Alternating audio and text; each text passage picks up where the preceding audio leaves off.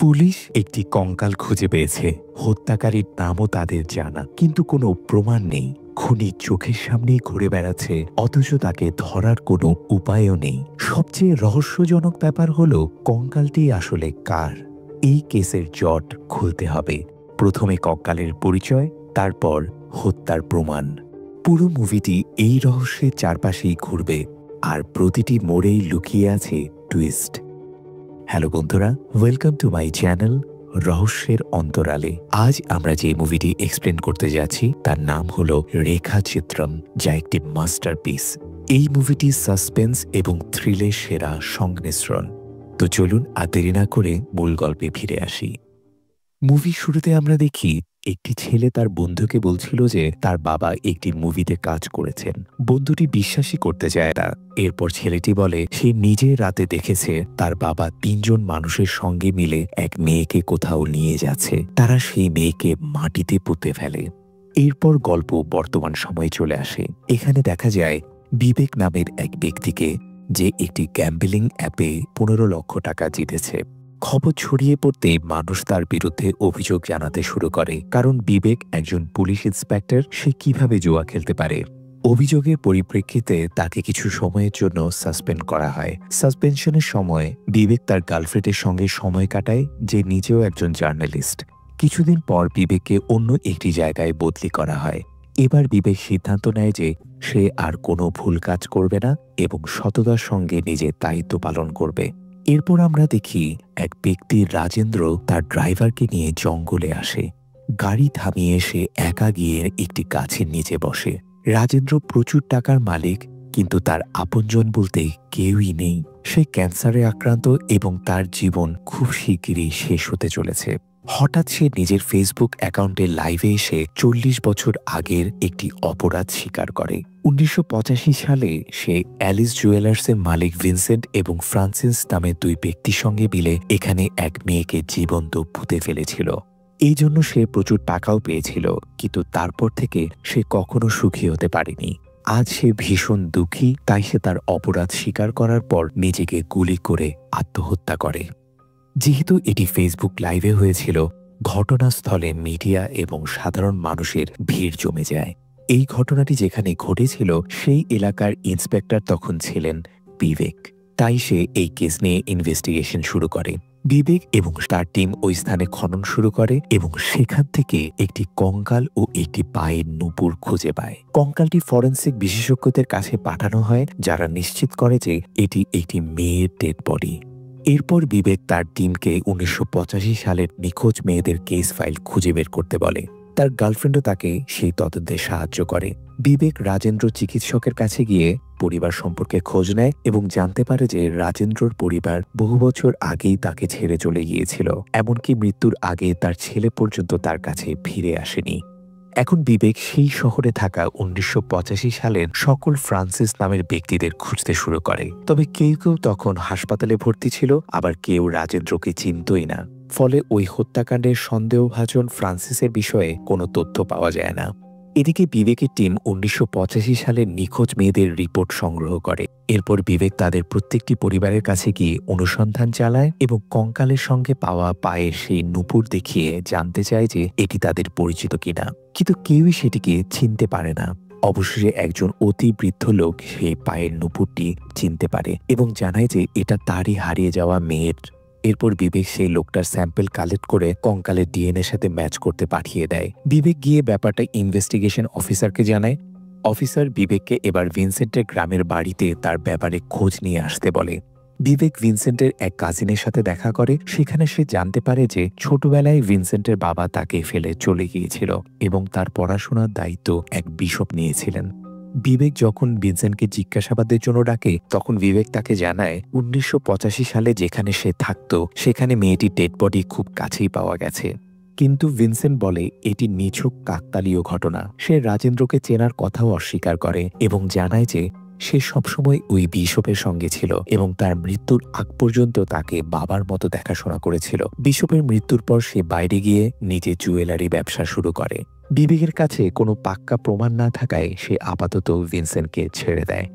এদিকে forensic team জানায় কঙ্কালের DNA ওই বৃদ্ধ লোকটির ডিএনএর সঙ্গে মেলেনি। বিবেক তখনই সে ব্যক্তির কাছে যায়, কিন্তু গিয়ে দেখে লোকটি মারা গেছে। তার ছেলে জানায় তার বোন 16 বছর বয়সে নিখোঁজ হয়েছিল এবং তারা অনেক খোঁজাখুঁজি করেছিল, কিন্তু কোনো সন্ধান পায়নি। পুলিশে জিজ্ঞাসা করার পর বৃদ্ধ লোকটি ভাবলেন যে অবশেষে তার মেয়ে ফিরে এসেছে, কিন্তু তার মেয়ে মৃত এই খবর জানতে পেরে তিনি আর সহ্য করতে না পেরে মারা যান। এদিকে বিবেক যখন নিখোঁজ মেয়েদের খোঁজ করছিল, সে কোনোভাবেই কঙ্কালের মেয়েটিকে খুঁজে পাচ্ছিল না। তখন তার টিম পরামর্শ দেয় যে এখন তাদের ফ্রড মেয়েদের কেস খোঁজা উচিত, যে মেয়েরা প্রতারণা বা চুরি করে পালিয়ে গেছে এবং আর কখনো তাদেরকে পাওয়া যায়নি। হতে পারে তাদের মধ্যেই কঙ্কালের মেয়েটি রয়েছে। তখন বিবেক একটি কেস ফাইল খুঁজে পায়, যা চন্দ্রপন নামে এক ব্যক্তি ফাইল করেছিল। 1985 সালে চন্দ্রপন চলচ্চিত্রের জন্য জুনিয়র আর্টিস্ট সাপ্লাই করত। সেই রেখাকে সুপারস্টার মাম্মুটির এক সিনেমায় সুযোগ করে দিয়েছিল। তবে শুটিংয়ের অর্ধেকে রেখা নিখোঁজ হয়ে যায়। রেখার কারণে ছবির শুটিং আটকে যায় এবং পরিচালক চন্দ্রপনকে প্রচণ্ড বকাঝকা করেন। তাই চন্দ্রপন তখন রেখার বিরুদ্ধে প্রতারণার মামলা দায়ের করে। এরপর চন্দ্রপন বিবেককে সেই গানের শুটিংয়ের ফার্স্ট পার্টের একটি দৃশ্য দেখায়, যেখানে রেখার মুখ স্পষ্ট ছিল। এখন বিবেকের কাছে 1985 সালের এক নিখোঁজ মেয়ের ছবি ও নাম রয়েছে, তবে সেই কঙ্কালের মেয়েটি কিনা তা নিশ্চিত নয়। এখন রেখার অতীত দেখানো হয়। রেখা ছোটবেলা থেকেই মাম্মুটির বড় ভক্ত ছিল এবং মুম্বাইয়ে এসে সিনেমায় কাজ করতে চেয়েছিল, যাতে মাম্মুটির নায়িকা হতে পারে। তারপর গল্প বর্তমান সময়ে ফিরে আসে। বিবেক ফরেন্সিক টিমকে দিয়ে কঙ্কালের মেয়েটি স্কেচ তৈরি করায়, যাতে এটি রেখার মুখের সাথে মেলানো যায়। তখন আমরা দেখতে পাই যে স্কেচটি ঠিক রেখার মতোই ছিল। এতে বিবেক নিশ্চিত হয় যে মৃত মেয়েটি রেখাই। সে এখন সেই সিনেমার অন্য সাইড আর্টিস্টদের খুঁজতে থাকে, যাতে রেখার বিষয়ে আরও তথ্য পাওয়া যায়। তবে সে শুধু একজন মহিলাকে খুঁজে পায়, যিনি বলেন যে রেখা তাদের সাথেই মাম্মুটির সিনেমায় সাইড রোলে অভিনয় করতে এসেছিল, কিন্তু এরপর হঠাৎ সে নিখোঁজ হয়ে যায়। বিবেক এরপর সিনেমার পরিচালক কমলের কাছে যায়, কিন্তু কমলও রেখার বিষয়ে কিছু জানত না।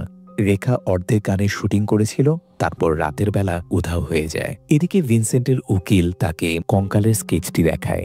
রেখার মুখ দেখে সে হতবাক হয়ে যায়। এরপর সে তার লোকজন পাঠিয়ে জুনিয়র আর্টিস্ট সরবরাহকারী চন্দ্রপনকে হত্যা করিয়ে দেয় এবং তার রাজনৈতিক সংযোগ চালিয়ে বিবেককে এই মামলা থেকে সরিয়ে দেয়। যেহেতু রাজেন্দ্র নামের ব্যক্তিটি লাইফ ক্রাইম কনফেশন করে আত্মহত্যা করেছিল, ফলে পুলিশের উপর জনসাধারণের প্রবল চাপ ছিল। এর মধ্যেই বিবেকের তদন্ত চলাকালীন চন্দ্রপন খুন হয়, তাই তাকে এই মামলার তদন্ত থেকে সরিয়ে দেওয়া হয়।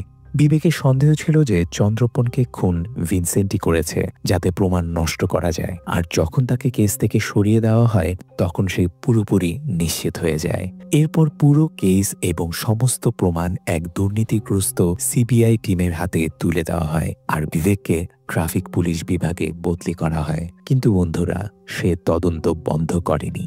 একদিন সিনেমার পরিচালক কমল হঠাৎ বিবেককে ফোন দেয়। সে জানায় যে কমলকে ইন্টারভিউ করতে এক ইউটিউবার এসেছিল, যে 1985 সালে তখন নিউজ প্রিন্ট করত। তিনি 1985 সময়ে বহু সুপারস্টারদের সাক্ষাৎকার নিয়েছিলেন। কমল তখন তাকে রেখার ছবি দেখিয়ে জিজ্ঞাসা করে এবং সেই ব্যক্তিও বলে যে সে রেখাকে চিনত।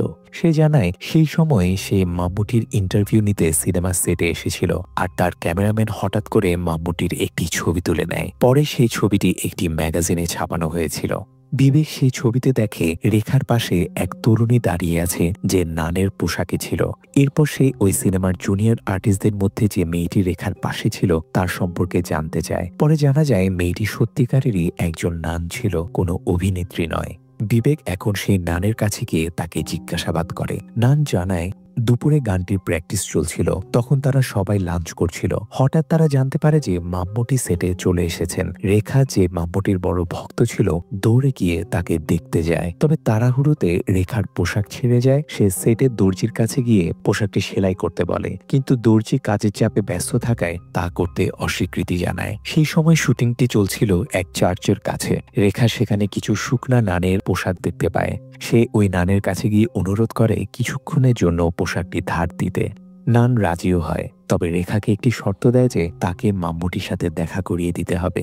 রেখা রাজি হয়, যদিও সে জানত এটা সম্ভব নয়। পরে দর্জি যখন জানায় যে নানের পোশাকটি শুটিংয়ের জন্য ঠিক হবে না, তখন রেখা সেটি ফেরত দিতে গিয়ে সত্যটা স্বীকার করে। সে একজন জুনিয়র আর্টিস্ট মাত্র, মাম্মুটির সাথে তার কোনো পরিচয় নেই, তাই সে নানকে তার সাথে দেখা করিয়ে দিতে পারবে না। কিন্তু নান এতে রাগ করেনি, বরং সে রেখার সততাতে খুশি হয়। এরপর সে একসঙ্গে দূর থেকে মাম্মুটিকে দেখতে যায়। এটা সেই দৃশ্য যখন সাংবাদিক মাম্মুটির সাক্ষাৎকার নিতে এসেছিল এবং সেই সময় এই দুইজনও তাকে দেখতে গিয়েছিল।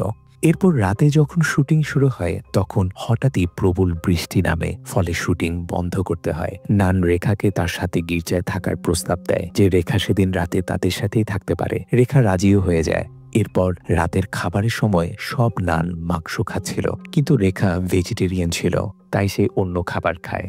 পরে ঘুমানোর জন্য তাকে প্রধান মাদারের রুম দেওয়া হয়, কারণ সেদিন মাদার বাইরে গিয়েছিলেন। রেখাকে খুব ভালো মেয়ে বলেই মনে হচ্ছিল, কিন্তু সকালে উঠে দেখা গেল গির্জার সমস্ত টাকা চুরি হয়ে গেছে এবং রেখাও উধাও। গির্জার এই টাকা লক্ষাধিক পরিমাণ ছিল, যা একটি হোস্টেল তৈরি করার জন্য ডোনেশন হিসেবে সংগ্রহ করা হয়েছিল। যদি তখন পুলিশের কাছে চুরির রিপোর্ট করা হতো তাহলে মানুষ গির্জায় ডোনেশন দেওয়া বন্ধ করে দিত, কারণ গির্জা নিজেই তার টাকা সেফ রাখতে পারেনি। তাই তারা আনঅফিসিয়ালি পুলিশকে রেখাকে খুঁজে বের করতে বলে, কিন্তু পুলিশও তাকে খুঁজে পায় না। এখন বিবেক জানতে চায় যে সেই সময় গির্জায় কারা কারা ছিল। নান জানায় তখন পুষ্পম নামে একজন রান্নার কাজ করত এবং থাঙ্গামা ও তার স্বামী গির্জা পরিষ্কার করত। থাঙ্গামা ও তার স্বামী কিছু সপ্তাহ আগেই মারা গিয়েছে, আর পুষ্পম চুরির 3 মাস পর চাকরি ছেড়ে চলে গিয়েছিল, কারণ সে গির্জার কঠোর নিয়ম মানতে পারছিল না। এখন নান বিবেককে থাঙ্গামার ছেলের ঠিকানা দেয়। এদিকে বিবেক জানতে পারে যে রাজেন্দ্র মৃত্যুর আগে কেউ তাকে বারবার কল করে ব্ল্যাকমেল করছিল। বিবেক সে নম্বর ট্র্যাক করে দেখে যে ব্ল্যাকমেলকারী থাঙ্গামার ছেলে। বিবেক তাকে ধরে প্রচন্ড মারধর করে এবং সত্য জিজ্ঞাসা করে। সিনেমার শুরুতে যে ছোট ছেলে তার বাবাকে 3 জন লোকের সাথে একটি মেয়েকে কবর দিতে দেখেছিল, সেই ছেলেটি আসলে এই থাঙ্গামার ছেলে। তখন তার বাবা তাকে বলেছিল যে এটা কেবল একটি সিনেমার দৃশ্য, বাস্তবে কোনো মেয়েকে হত্যা করা হয়নি। কিন্তু পরে যখন সিনেমাটি মুক্তি পায়, ছেলেটি পুরো সিনেমায় তার বাবার ওই দৃশ্য খুঁজতে থাকে, কিন্তু সে কোথাও খুঁজে পায় না। যখন সে বড় হয় তখন সে বুঝতে পারে যে সেটি কোনো সিনেমার দৃশ্য ছিল না, বরং তার বাবা সত্যি 3 জন লোকের সাথে মিলে একটি মেয়েকে হত্যা করেছিল। এরপর সে তার বাবাকে মদ খাইয়ে পুরো সত্য বের করে নেয়। 1985 সালে তার বাবাকে সেই মেয়েটিকে কবর দেওয়ার জন্য অনেক টাকাও দেওয়া হয়েছিল, কিন্তু এখন সেই টাকা শেষ হয়ে গিয়েছে। তাই সে রাজেন্দ্রকে ব্ল্যাকমেল করে টাকা আদায় শুরু করে। একদিন রাজেন্দ্র আত্মহত্যা করে, কিন্তু রাজেন্দ্র তার স্বীকারোক্তিতে ছেলেটির বাবার নাম উল্লেখ করেনি, কারণ তার বাবা আগেই স্বাভাবিকভাবেই মারা গিয়েছিল। এখন বিবেক তার সিনিয়রের কাছে গিয়ে পুরো সত্য জানায় এবং এই কেসের তদন্ত চালিয়ে যাওয়ার অনুমতি চায়। কিন্তু যখন বিবেক ব্ল্যাকমেলকারীকে সাক্ষী হিসেবে নিতে যায়, তখন দেখে যে ভিনসেন্ট ততক্ষণে তাকে খুন করে দিয়েছে। ভিনসেন্ট আসলে বিবেকের সব পদক্ষেপের উপর নজর রাখছিল এবং সব প্রমাণ ধ্বংস করে দিচ্ছিল। এখন বিবেকের কাছে এই কেসের শেষ সূত্রটিও শেষ হয়ে গেছে। হতাশ হয়ে সে সেই শুটিংয়ের সব ছবি দেখতে থাকে, যা সে পরিচালকের কাছ থেকে সংগ্রহ করেছিল। হঠাৎ সে দর্শকের ভিড়ে একজন ব্যক্তিকে দেখতে পায় যার এক চোখে সমস্যা ছিল।